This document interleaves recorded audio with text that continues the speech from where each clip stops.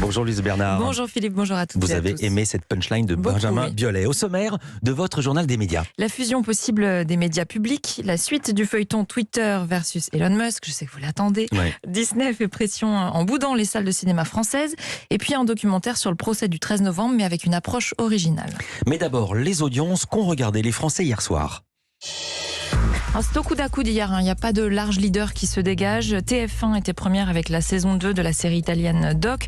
2 660 000 téléspectateurs pour cette deuxième soirée, 15% de part d'audience. Deuxième, France 3, juste derrière, 2 560 000 téléspectateurs avec Des Racines et des Ailes en forme également. 13,7% en forme comme la semaine dernière, je voulais dire, 13,7% de part d'audience. Troisième, France 2 avec le téléfilm La Fugue, 2 370 000 téléspectateurs. Vous voyez, c'est vraiment au coude à coude, 11,8% de part d'audience. Et pour la petite anecdote, ce téléfilm, c'était une rediffusion et c'était déjà diffusé face à la saison 1 de Doc, c'était en janvier 2021. Voilà, c'était le même résultat d'ailleurs. Doc avait fini devant, mais avec des chiffres beaucoup plus élevés à l'époque. Et puis je vous donne quand même le quatrième, Top Chef, c'était la demi-finale. Top Chef qui n'attire que 2 320 000 téléspectateurs, 13,7% de part d'audience. Europe 1 Culture Média. On commence ce journal avec un rapport du Sénat, rapport qui voudrait fusionner France Télévisions, Radio France, l'INA et France Média Monde. Oui, suite à la suppression de la redevance, le Sénat estime qu'il faut lancer une réflexion sur le financement du service public, mais pas seulement, sur son fonctionnement aussi. Deux sénateurs, les Républicains, Roger Carucci et Jean-Raymond Hugonet, travaillent sur le sujet. Parmi les mesures proposées, ils suggèrent donc de créer une entreprise unique qui serait baptisée France Média, entreprise qui réunirait donc tous ces services publics de l'audiovisuel que vous venez de citer, Philippe. Ils aimeraient qu'un texte de loi soit voté dès l'année prochaine pour que la nouvelle structure voie le jour en 2025, année de la fin du mandat de Delphine Ernotte, l'actuelle présidente de France Télévisions. Et cette fusion, elle permettrait, selon eux, de créer un média public puissant et innovant, capable de faire le poids face aux plateformes de streaming. C'est tout l'enjeu, car ils estiment qu'actuellement, le service public n'est pas assez performant sur le numérique. C'est une manière aussi de faire des économies, de mutualiser les moyens. Les deux sénateurs suggèrent d'ailleurs la création d'une rédaction unique qui regrouperait les journalistes du service public, une manière de supprimer les doublons et de renforcer l'entreprise, selon leurs mots. Ils ne précisent pas le nombre de postes qui seraient supprimés, avec une organisation en 3 pôles, international, régional et local. Et puisqu'on parle de local, France Bleu et France 3 seraient réunis au sein d'une même filiale de cette grosse entreprise publique, filiale qui serait baptisée France Média Région. Une rédaction unique avec ces 4-là, ça n'a pas fini de faire grincer des dents. Suite du feuilleton Elon Musk contre Twitter, le réseau social va fournir aux multimilliardaires ses données sur les faux comptes. Oui, c'était la condition imposée par Musk pour aller au bout du rachat de Twitter et donc débourser ses 44 milliards de dollars. Il avait même menacé d'interrompre la transaction, je vous en parlais en début de semaine, s'il n'avait pas accès à ces données précises. D'après le Washington Post, le chantage a marché. Le journal américain cite une source anonyme au courant des négociations. Twitter va donc donner accès à Elon Musk à un flot d'informations aux 500 000 tweets partagés chaque jour, de quoi lui permettre d'analyser lui-même ces données, enfin son équipe j'imagine, pour déterminer le nombre de faux comptes de robots qui opèrent sur le réseau social. C'est ce qu'il souhaitait, car il juge la méthodologie de Twitter pas adéquate, et donc le nombre de faux comptes avancés par l'entreprise américaine bien en dessous de la réalité. Le réseau social, lui, affirme que les faux comptes représenteraient moins de 5% des utilisateurs quotidiens.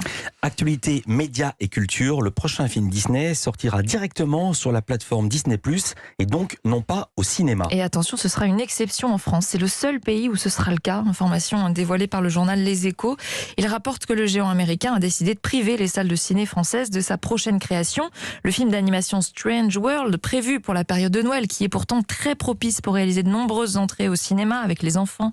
Pour Disney, c'est une manière de faire pression, de protester contre ce qu'on appelle la chronologie des médias. C'est en fait la réglementation qui décide quand les films peuvent être diffusés après leur sortie dans les salles. Il faut savoir qu'en France, Disney n'a pas le droit de sortir son film au cinéma et en même temps sur sa plateforme de streaming. Il faut attendre 17 mois, ça a été décidé depuis janvier.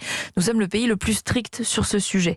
Autre règle, le film ne peut pas être disponible sur la plateforme lorsqu'il est diffusé en clair à la télé, sur vos chaînes comme TF1, M6, etc. Il doit être retiré alors temporairement. Une chronologie des médias que Disney juge inéquitable, contraignante et inadaptée aux attentes de leurs audiences. d'audience, d'après les Échos. Le journal souligne le coup dur que ça va représenter pour les salles. En 2019, avant la pandémie, plus d'un quart des billets vendus étaient des productions Disney, 57 millions d'entrées au total. Coup dur pour les salles, mais aussi pour le cinéma français qui se finance indirectement par les ventes des places. Alors qu'en sera-t-il pour les films suivants ? Disney dit étudier au cas par cas, film par film, pays par pays, d'après la présidente France de Disney, Hélène Hetzy, au journal Les Échos. Pas sûr que Disney assumera de se passer des salles de cinéma françaises pour un film comme Avatar 2, qui doit sortir en décembre, qui est promis déjà un énorme succès. Le premier volet, qui était sorti en 2009, avait réalisé près de 15 millions d'entrées en France.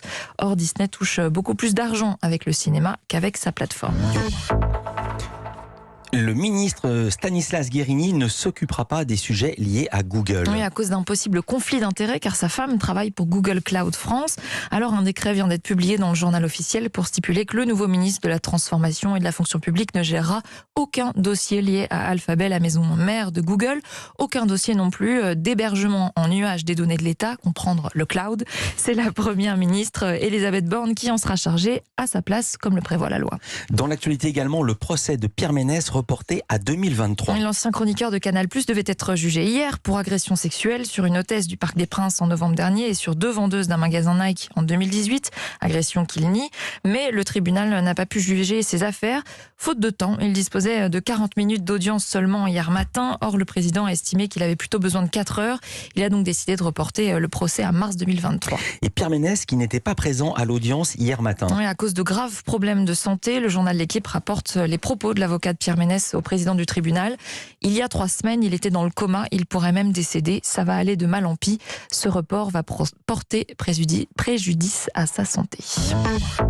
On passe au sport, le vrai. Le journal L'Équipe propose ce matin 28 unes différentes. Oui, vous ne trouverez pas le même journal selon votre lieu d'habitation, car L'Équipe a décidé de proposer des éditions personnalisées pour un numéro spécial transfert de Ligue 1. Une manière d'avoir votre club à la une et toutes les infos sur ce mercato du foot qui s'est ouvert aujourd'hui. Plus d'une vingtaine de pages sur les transferts autour du championnat de France. Les infos sur les 20 clubs de Ligue 1 et les 3 relégués en Ligue 2. Et puis on termine avec le focus programme du jour. C'est un documentaire autour du procès des attentats du 13 novembre. Oui, ce procès qui touche à sa fin depuis hier et jusqu'à demain, c'est le moment des réquisitions pour le parquet national antiterroriste. 9 mois d'un procès dont on a cessé de raconter le côté hors norme, procès extrêmement médiatisé. Le documentaire dont je vous parle ce matin nous replonge en arrière. Avant même le début des audiences, il recueille des paroles brutes, celles de 4 victimes du 13 novembre, 3 survivants et la mère d'une jeune femme décédée dans ces attaques. Du pur témoignage face à la journaliste Laureline d'Anguille des Déserts, qui elle aussi a un lien avec ce soir du 13 novembre 2015. Ce soir-là, je suis sortie trop tard du travail pour rejoindre mes amies qui, elles, étaient à un concert au Bataclan. Ce soir-là, pour moi et pour beaucoup d'autres, la vie a changé, voire basculé. Et pour tous ceux qui ont été touchés de près ou de loin par ces attaques, ce procès est un symbole. Sauf que chez moi, il soulève plus de questions que d'espoir. Dois-je en attendre quelque chose ? À quoi sert-il ? Et quelle y est ma place ? Ces interrogations, j'ai voulu les partager avec d'autres proches de victimes et des rescapés, ceux qu'on appelle les parties civiles. Et c'est justement ça le parti pris du documentaire, proposer une réflexion sur ces questions, une réflexion sur l'utilité du procès, s'il peut apaiser les victimes, ce qu'elles vont y raconter, ce qu'elles en attendent. 52 minutes rien que sur leurs attentes, ça permet d'aller au-delà des phrases toutes faites qu'on entend parfois. Ça permet de tourner la page, c'est la dernière étape du deuil. En fait, c'est beaucoup plus complexe que ça. Ce sont des propos nuancés et même une réflexion sur notre société. Ne faudrait-il pas la juger justement, elle aussi ? Qu'a-t-on raté pour que la France soit le pays où le plus de jeunes sont partis en Syrie ? Qu'a-t-on raté pour que la haine soit telle que 130 personnes ont été assassinées le soir du 13 novembre et des centaines blessées? Pas d'artifice dans ce documentaire, seulement des témoignages, des personnes assises sur des chaises. Pas de sensationnalisme non plus. La réalisatrice a pris le parti de ne pas faire raconter aux victimes leurs blessures ou leur soirée du 13 novembre. Elle m'a expliqué pourquoi. C'est pas compliqué, à chaque fois que vous entendez un rescapé, et on lui fait raconter sa soirée. J'exagère, mais franchement quasiment. On sait presque minute par minute ce qui s'est passé ce soir-là. Je veux dire, il y a eu des documentaires Netflix très très bien faits. Là-dessus, il y a eu 150 docs télé, des reportages. Moi, je voulais sortir de ça. Parce qu'en fait, je me suis aussi dit que peu importe qu'on soit couché sur le sol du Bataclan, caché dans un faux plafond, sorti au bout d'un quart d'heure, sur la terrasse du Carillon à faire un garrot à quelqu'un, peu importe. Fondamentalement, les questions, est-ce que ça nous inspire cette idée de justice autour de cet événement ? C'est plus important que le fait pur de qu'est-ce que j'ai vécu ce soir-là. Et on n'a qu'une envie à la fin du documentaire, c'est qu'il y en ait un second pour découvrir ce qui s'est passé, si ça leur a apporté quelque chose, ce procès.